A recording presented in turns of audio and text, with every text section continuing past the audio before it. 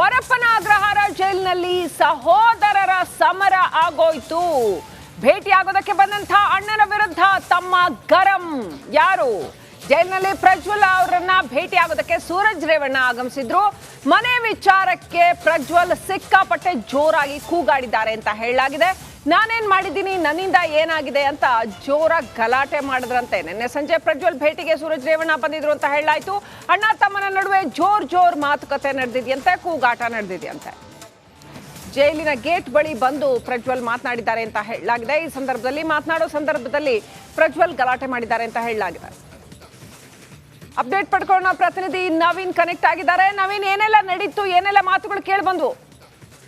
ಶ್ರೀಲಕ್ಷ್ಮಿ ರಾಜ್ಕುಮಾರ್ ಕಳೆದ 15 ದಿನಗಳ ಹಿಂದೆ ಪ್ರತ್ಯೇಕ ಪ್ರಕರಣದಲ್ಲಿ ಇಬ್ರು ಕೂಡ ಪರಪ್ಪನ ಅಗ್ರಹಾರ ಜೈಲಿನಲ್ಲಿ ಇದ್ರು. ಅಂದ್ರೆ ಸೂರಜ್ ರೇವಣ್ಣ ಹಾಗೂ ಸಹೋದರ ಪ್ರಜ್ವಲ್ ರೇವಣ್ಣ ಇಬ್ರು ಕೂಡ ಜೈಲಿನಲ್ಲಿ ಇದ್ರು. ನಿನ್ನೆ ಸಂಜೆ ಅಂದ್ರೆ ಜೈಲಿನಲ್ಲಿ ಕಳೆದ ಏನೋ ದಿನಗಳು ಇದ್ರೂ ಸಹ ನಿನ್ನೆ ಸಂಜೆ ಭೇಟಿಗಂತ ಸೂರಜ್ ರೇವಣ್ಣ ಪ್ರಜ್ವಲನ ನೋಡೋದಕ್ಕೆ ಜೈಲಿಗೆ ಬಂದಿದ್ರು. ಅಂದ್ರೆ ಸಂಜೆ ಒಂದು 5:30 ಜೈಲಿನ ಭೇಟಿಯಾಗಕ್ಕೆ ಹೋಗಿದ್ರು. ಈ ಒಂದು ಸಂದರ್ಭದಲ್ಲಿ ಒಳಗಡೆ ಕೊಠಡಿಯಲ್ಲಿ ಭೇಟಿಯಾಗೋದಕ್ಕೆ ಅವಕಾಶ ಇರಲಿಲ್ಲ. ಸಮಯ ಆಗಿದ್ರಿಂದ ಅವರಿಬ್ಬರನ್ನು ಕೂಡ ಆ ಗೇಟ್ ಬಳಿ ಭೇಟಿಯಾಗೋದಕ್ಕೆ ಅವಕಾಶವನ್ನ ಕೊಟ್ಟಿದ್ರು. ಈ ಸಂದರ್ಭದಲ್ಲಿ ಏನು ಸೂರಜ್ ರೇವಣ್ಣ ಮಾತುಕತೆ ನಡೆಸ್ತಾ ಇದ್ದ ಸಂದರ್ಭದಲ್ಲಿ ಪ್ರಜ್ವಲ್ ಏಕಾಏಕಿಯಾಗಿ ಜೋರಾಗಿ ಕೂಗಾಡಿದ್ದಾರೆ ಅನ್ನೋದು ಕೂಡ ರಿಪಬ್ಲಿಕ್ ಕನ್ನಡಕ್ಕೆ ಗೊತ್ತಾಗಿದೆ. ಈ ಒಂದು ಸಂದರ್ಭದಲ್ಲಿ ನಾನೇನು ತಪ್ಪು ಮಾಡಿದ್ದೀನಿ ಅನ್ನೋ ವಿಚಾರಕ್ಕೆ ಜೋರಾಗಿ ಅಣ್ಣನ ವಿರುದ್ಧವೇ ಪ್ರಜ್ವಲ್ ರೇವಣ್ಣ ಹರಿಹಾಯ್ದಿದ್ರು.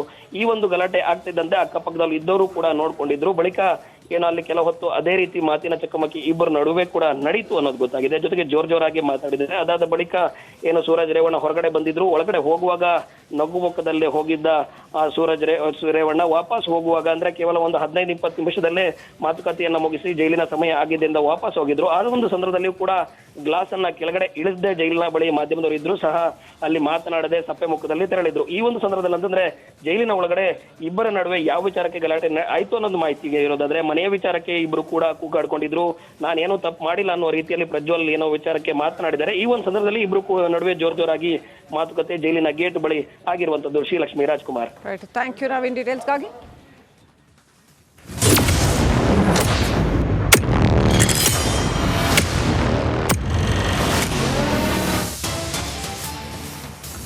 ವೃದ್ಧ ಪಿಎಸ್ಐ ಪರಶುರಾಮ್ ಮನೆಗೆ ಆರ್ ಅಶೋಕ್ ಭೇಟಿ ಕೊಟ್ಟಿದ್ದಾರೆ. ಪರಶುರಾಮ್ ಕುಟುಂಬಸ್ಥರಿಗೆ ಅಶೋಕ್ ಸಾಂತ್ವನ ಹೇಳಿದ್ದಾರೆ. ಕೊಪ್ಪಳದ ಕಾರಟಗಿಯ ಸೋಮನಾಳ ಗ್ರಾಮದ ನಿವಾಸಕ್ಕೆ ಆರ್ ಅಶೋಕ್ ಭೇಟಿ ಕೊಟ್ಟಿದ್ದಾರೆ. ವಿಪಕ್ಷ ನಾಯಕ ಆರ್ ಅಶೋಕ್ ಜೊತೆ ಇತರೆ ಬಿಜೆಪಿ ನಾಯಕರು ಕೂಡ ಭೇಟಿ ಕೊಟ್ಟಿದ್ದಾರೆ.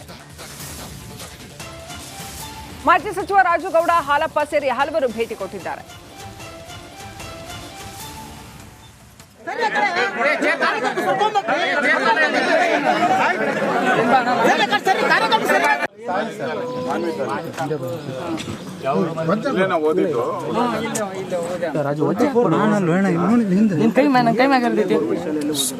ಸ್ವಲ್ಪ ಹಿಂತೋಗಿ ಕ್ಯಾಮ್ರಾ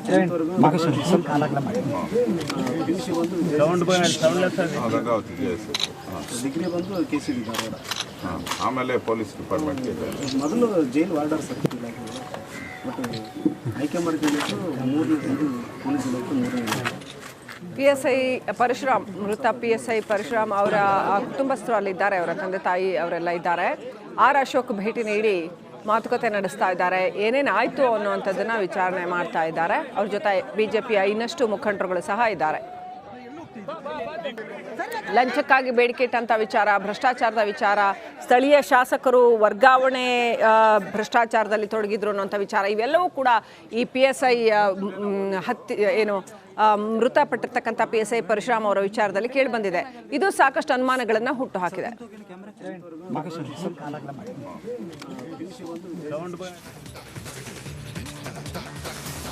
ಯಾದಗಿರಿ PSI ಪರಶುರಾಮ್ ನಿಗೂಢ ಸಾವಿನ ವಿಚಾರಕ್ಕೆ ಸಂಬಂಧಪಟ್ಟಂಗೆ ನನ್ನ ಮಗನ ಸಾವಿಗೆ ಕಾರಣರಾದವರನ್ನ ಬಂಧಿಸಿ ಅಂತ ಅವರ ತಂದೆ ಹೇಳಿದ್ದಾರೆ. ಶಾಸಕ ಚಿನ್ನಾರೆಡ್ಡಿ ಬಂಧನಕ್ಕೆ ಮೃತ PSI ತಂದೆ ಆಗ್ರಹ ವ್ಯಕ್ತಪಡಿಸಿದ್ದಾರೆ.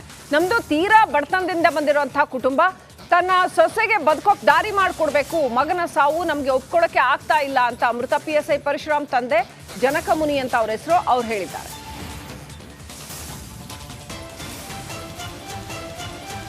ಮಧ್ಯಾಹ್ನದಾಗ ನೋಡ್ರಿ ಹೊರಗಲಿದ್ದ ಬಂದ, ರೂಮಿಗೆ ಬಂದ, ಅಡುಗೆ ಮಾಡ್ತನಪ್ಪ ಅಂದ, ಅಡುಗೆ ಮಾಡಿದ, ತಾಟಿಗೆ ಹಾಕಿದ, ಊಟ ಮಾಡಿ ಅವ್ನು ಬಾರಪ್ಪ ಅಂತ ಕರೆದ, ನೀನು ಊಟ ಮಾಡಪ್ಪ ಹಿಂದಡಿ ಮಾಡ್ತಾನಂತ ಹೇಳಿದೆ. ಹೇಳಿದ ಮೇಲೆ ಆ ತಾಟಿಗೆ ಹಾಕಿನ ಬಾರಪ್ಪ ಆರ್ತೈತೆ ಊಟ ಮಾಡಿಬಿಡೋಣ ಬಾ ಅಂದ. ಇಬ್ಬರು ಊಟ ಮಾಡಿದ್ವಿ. ತಾನು ಊಟ ಮಾಡಿ ಹೋಗಿ ರೂಮ್ನಾಗ ಮಕ್ಕಣ್ರಿ. ಮಕ್ಕಣ ಅಂದ್ಬಿಡು ಮಕ್ಕಂಡ ಅಂತ ಯಾಕೆ ಎಬ್ಸ್ಬೇಕಂತ ನಾನು ಎಬ್ಸಿಲ್ರಿ. ತಾಯನೇ ಕೈ ಮುಟ್ಟಿ ಮಾಡಿ ಉಣ್ಸ್ಯಾನ್ರಿ. ಇಬ್ಬರೇ ಇದ್ದೀವಿ. ಅಲ್ಲ ಮುಂಜಾನೆ ಅವರು ಆರಾಮಾಗೇ ಇದ್ದಾರೆ. ಆರಾಮಾಗ್ಯಾರ. ಆದ್ರೂ ಮಕ ಒಂದು ಥರ ಇತ್ತು ರೀ. ಒಂದು ಮಕ ಒಂದು ಥರ ಮಾಡ್ಕೊಳ್ಳೋಣಲ್ಲ. ನಾನು ಹೋಗಿ ಸುಮ್ಮನೆ ಹೇಳು 2 ದಿನ ಹೋಗಿ ಬರ್ತೀನಂತ ನಾನು ಕೇಳಿದೆ. ಕೇಳಿದ್ರೆ ನಂದು ಟ್ರಾನ್ಸ್ಫರ್ ಆಗೋದೈತವ್ವ, ನೀನು ಹೋಗ್ಬೇಡದ್ನು. ನಾನು ನಿನ್ನ ಟ್ರಾನ್ಸ್ಫರ್ ಮಾಡಕ್ಕ 2 ದಿನ ಹೋಗಿ ಮತ್ತೆ ಬಂದು ಮಾತಾಡ್ನಪ್ಪ ಅಂತ ನನ್ನ ಮಗನ ಕೂಡ ಮಾತಾಡಿದ್ನೆ. ಯಪ್ಪ ನನಗೆ ಟ್ರಾನ್ಸ್ಫರ್ ಮಾಡೋಕೆ ರೊಕ್ಕ ಯಾರು ಕೊಡ್ತಾರಂತ ಕೇಳಿದ್ನು.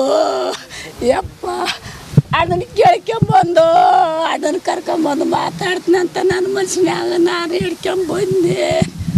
ಅದ್ರ ಮೇಲೆ ನನ್ನ ಮಗ ಅಪ್ಡೇಟ್ ಪಡ್ಕೊಂಡು ನಮ್ಮ ಪ್ರತಿನಿಧಿ ಈರಯ್ಯ ಹಿರೇಮೆಟ್ಟ ಕನೆಕ್ಟ್ ಆಗಿದ್ದಾರೆ. ಈರಯ್ಯ, ಏನೆಲ್ಲ ನಡೀತು ಅಲ್ಲಿ? ಅವರ ಕುಟುಂಬಸ್ಥರ ಅಳಲೇನು? ಈ PSI ಪರಶುರಾಮ್ ಅವರ ಕುಟುಂಬದ ಹಿನ್ನೆಲೆ ಏನು? ಆಮೇಲೆ ಅಲ್ಲಿ ಇವತ್ತು ಭೇಟಿ ನೀಡಿದಂಥ ಆರ್ ಅಶೋಕ್ ಸೇರಿದಂತೆ ಬಿಜೆಪಿ ಮುಖಂಡರುಗಳು ಏನೆಲ್ಲ ಹೇಳಿದ್ರು? ಎಲಾಬ್ರೇಟ್ಲಿ ಹೋಗಿ ಈರಯ್ಯ.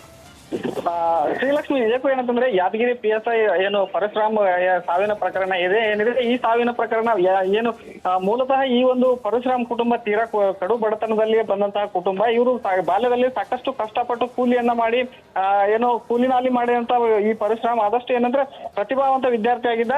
ಈ ವ್ಯಕ್ತಿ ಅಂದ್ರೆ ಒಂದು IAS ಮಾಡ್ಬೇಕು ಅನ್ನುವಂತ ಒಂದು ಕನಸನ್ನು ಕೂಡ ಇಟ್ಕೊಂಡು ಪೊಲೀಸ್ ಇಲಾಖೆಯಲ್ಲಿ ಇದ್ಕೊಂಡೆ ತನ್ನ ಎಲ್ಲಾ ಏನು ಪ್ರಿಪರೇಷನ್ ಗಳನ್ನ ಕೂಡ ಮಾಡ್ತಾ ಇದ್ದ. ಆದ್ರೆ ಈಗ ಏಕಾಏಕಿ ಈ ಒಂದು ಯಾದಗಿರಿ ಶಾಸಕ ಚೆನ್ನಾರೆಡ್ಡಿ ಮತ್ತೆ ಅವರ ಮಗ ಏನಿದಾನೆ ಅವರ ಒಂದು ಒತ್ತಡದಿಂದ ಈ ರೀತಿ ಅಂತ ಸಾವು ಸಂಭವಿಸಿದೆ ಅನ್ನುವಂತ ಒಂದು ಆರೋಪವನ್ನ ಏನ್ ಮಾಡ್ತಾರೆ. ಈ ಒಂದು ಕುಟುಂಬ ಸಾಕಷ್ಟು ಒಂದು ಏನಂತಂದ್ರೆ ಈಗಾಗಲೇ ನೋವಿನಲ್ಲಿದೆ. ಅವ್ರ ತಂದೆ ಕೂಡ ಸಾಕಷ್ಟು ನೋವನ್ನ ಕೂಡ ತೋಡ್ಕೊಳ್ತಾ ಇದ್ದಾರೆ. ಇವತ್ತೇನಂತಂದ್ರೆ ವಿಪಕ್ಷ ನಾಯಕ ಆರ್ ಅಶೋಕ್ ಅವರು ಕೂಡ ಈಗಾಗಲೇ ಏನಂತಂದ್ರೆ ಈ ಒಂದು ಪರಶುರಾಮ್ ಅವರ ಮನೆಗೆ ಭೇಟಿ ನೀಡಿ ಅವರ ಕುಟುಂಬಸ್ಥರಿಗೆ ಸಾಂತ್ವನ ಹೇಳ್ತಾ ಇದ್ದಾರೆ.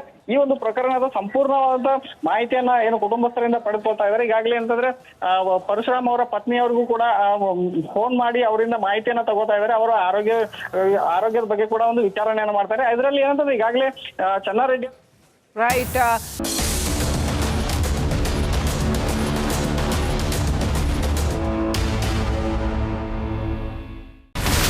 ಇಲ್ಲಿರುವಂತ ಈ ಒಂದು ಗುಡ್ಡ ಕುಸಿದ ಪರಿಣಾಮ ಯಾವ ರೀತಿಯಾಗಿತ್ತು ಅಂತಂದ್ರೆ ಗಂಗಾವಳಿ ನದಿ ಪಕ್ಕದಲ್ಲಿರುವಂತಹ ಉಳುವರೆನ್ನುವ ಗ್ರಾಮ ಸಂಪೂರ್ಣವಾಗಿ ಇವತ್ತು ನಾಶ ಆಗಿದೆ.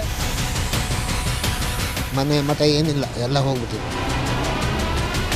ಇವತ್ತು ರಿಪಬ್ಲಿಕ್ ಕನ್ನಡ ಮಾಡಿದಂತ ಒಂದು ವರದಿಯಿಂದಾಗಿ ಎಚ್ಚೆತ್ತುಕೊಳ್ಳುವಂತ ಕೆಲಸ ಸರ್ಕಾರ ಮಾಡಿದೆ, ಸಚಿವರು ಕೂಡ ಮಾಡಿದ್ದಾರೆ. 2 ಗಂಟೆಗೆ ಸುದ್ದಿ ಮೂಡಿಸಿದ್ದು 6 ಗಂಟೆಗೆ ಎಲ್ಲ ಸಚಿವರು ಮಿನಿಸ್ಟರ್ ಎಲ್ಲ ಬಂದು ಇಲ್ಲಿ ನೋಡೋಗಿದ್ದಾರೆ.